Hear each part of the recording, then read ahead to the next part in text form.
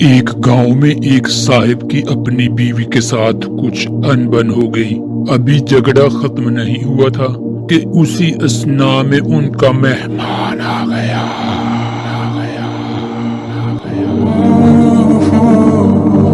خاوند نے اسے بیٹھک میں بٹھا دیا اور بیوی سے کہا کہ فلاں رشتہ دار مہمان آیا ہے، اس کے لیے کھانا بناؤ۔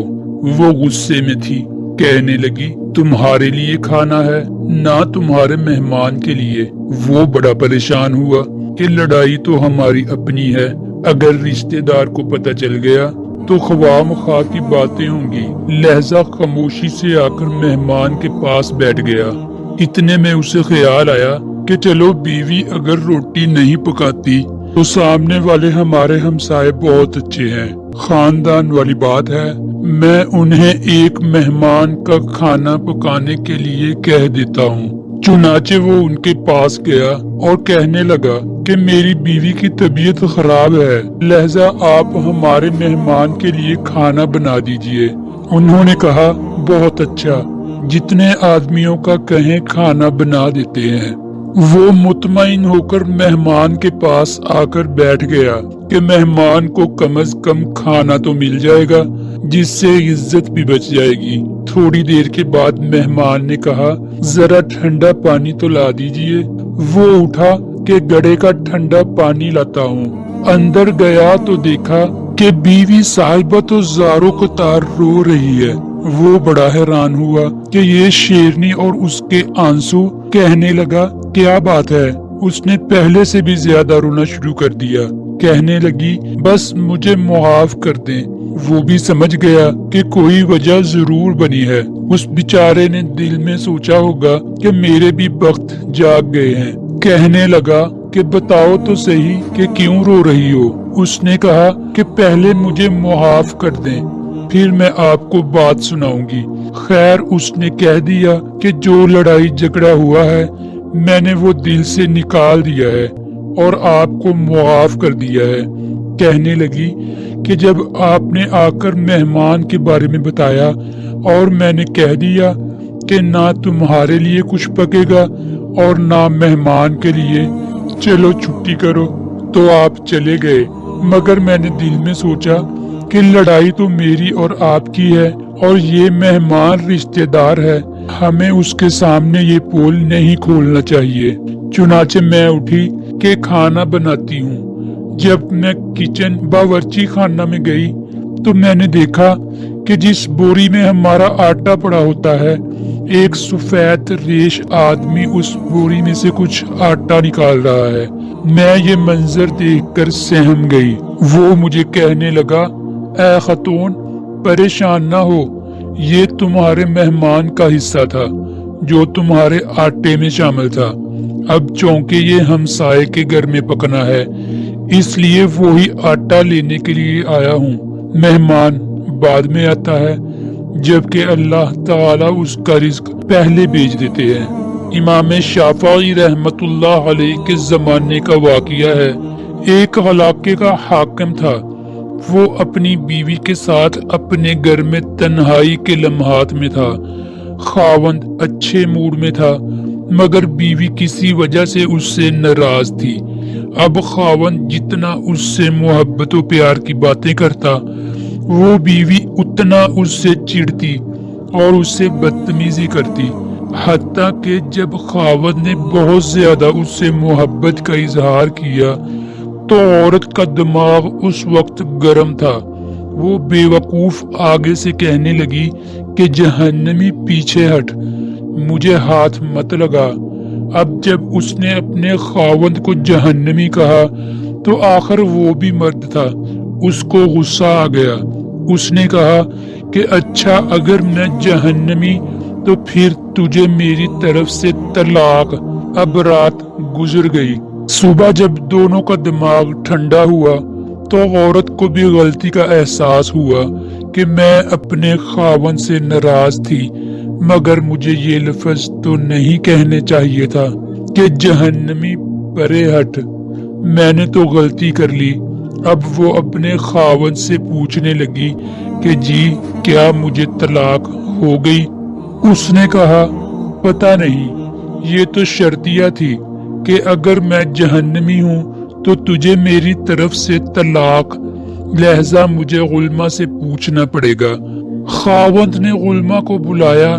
غلمہ کہنے لگے اس کا جواب ہم تو نہیں دے سکتے، اس لیے کہ کون گارنٹی دے کہ آپ جہنمی نہیں ہیں؟ کون فیصلہ کر سکتا ہے؟ یہ تو قیامت کے دن اللہ تعالی فیصلہ کریں گے۔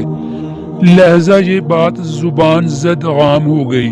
سینکڑوں علماء سے رابطہ کیا گیا، مگر کوئی عالم، کوئی مفتی اس کا جواب نہیں دے پا رہا تھا۔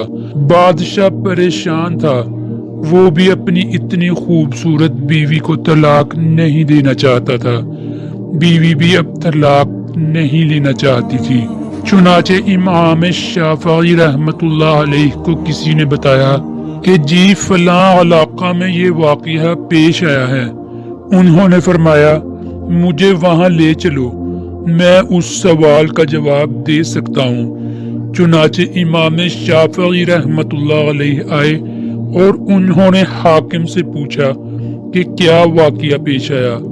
اس نے بتایا کہ اس طرح میری بیوی نے یہ الفاظ کہے اور میں نے اس کے جواب میں یہ الفاظ کہے، اب بتائیں طلاق ہوئی کہ نہیں؟ امام شافعی رحمت اللہ علیہ نے فرمایا کہ بادشاہ سلامت، اس کا جواب دینے کے لیے مجھے آپ سے تنہائی میں کچھ باتیں پوچھنی پڑیں گی۔ اس نے کہا بہت اچھا۔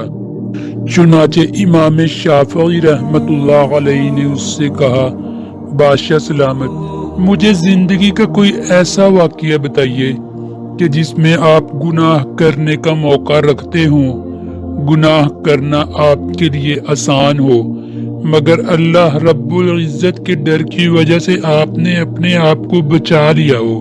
کوئی واقعہ ایسا سنائے۔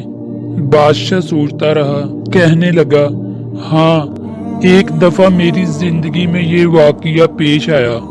کیسے پیش آیا؟ کہنے لگا ایک دفعہ جلدی میں اپنے دفتر کے کام سے فارغ ہو کر اپنے بیڈ روم میں چلا گیا۔ جیسے ہی میں داخل ہوا، میں نے دیکھا کہ محل میں کام کرنے والی لڑکی میرے کمرے چیزوں کو سنوار رہی تھی، بستر کو ٹھیک کر رہی تھی۔